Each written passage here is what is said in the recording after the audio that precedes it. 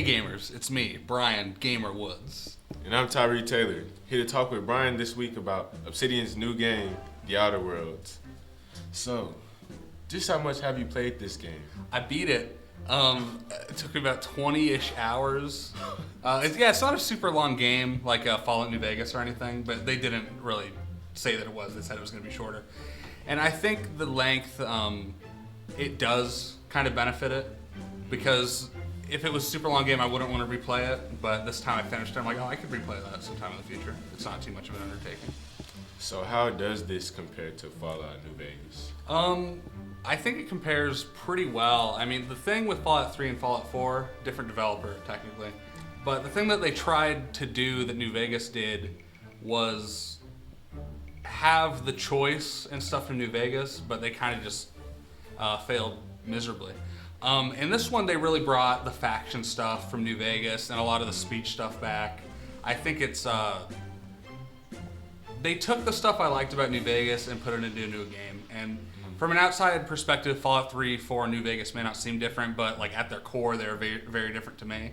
And Outer Worlds is the follow-up to New Vegas I think I wanted. Nice. So, in your opinion, like, how is the gameplay? It's a first-person shooter RPG. So there's shooting. There's like a time slowdown mechanic where you can target different parts of the body, and that is an interesting mechanic. But I don't think it's. I think it plays better than Fallout 4 or New Vegas for sure. But I think it plays good enough. I never felt like the gameplay was bad. The final boss just seemed impossible. I decided then that I was not going to beat it on hard mode. I'd instead beat it on the easiest difficulty because I didn't need it. Final boss was weird. Because I was playing in this game, there's you can specialize in speech and you can talk your way through situations. And I passed all the speech checks, but I still had to fight this boss. I don't know what I could have done to not fight the boss, and I really just was not equipped to do it. So I said, well, I'm just going to skip through this. But I do think the gameplay all around, except for that final fight, maybe I was doing something wrong, was good. I think the gameplay was good. The companion stuff, I think they added a layer to the gameplay with their special attacks that it kind of needed. So, you touched on it a little bit earlier with the slow-mo stuff, but what RPG elements did you really enjoy from it?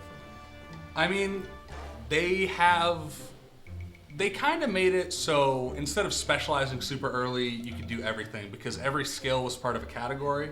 And up until level 50 of each of those skills, up until there were 50 points in a skill, you were leveling up everything in a category at once.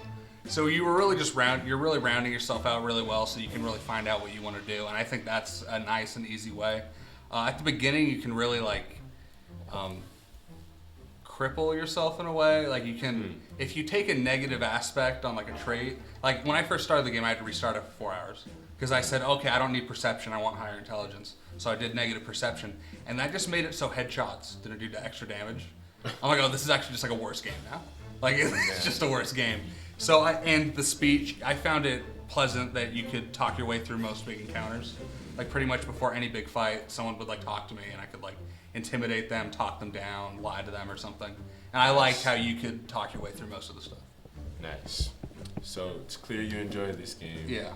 And the final boss gave you some trouble. But besides that, how was the ending?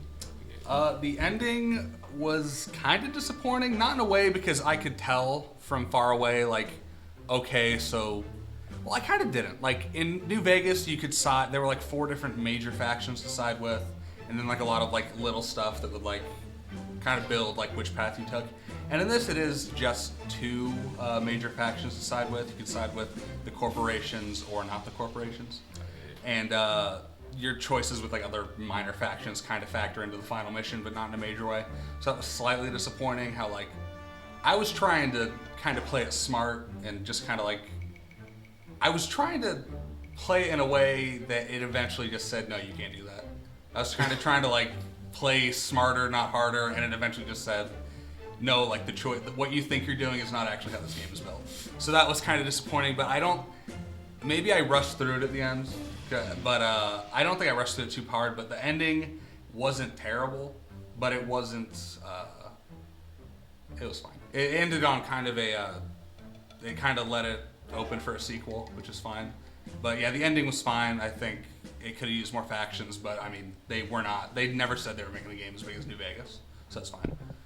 Smooth. And that's been a Gamer's Cube. If you've played the Outer Worlds, let us know what you think and tweet us at MUTV23 on Twitter. You can check out more of our content at mutv.missouri.edu. Be good.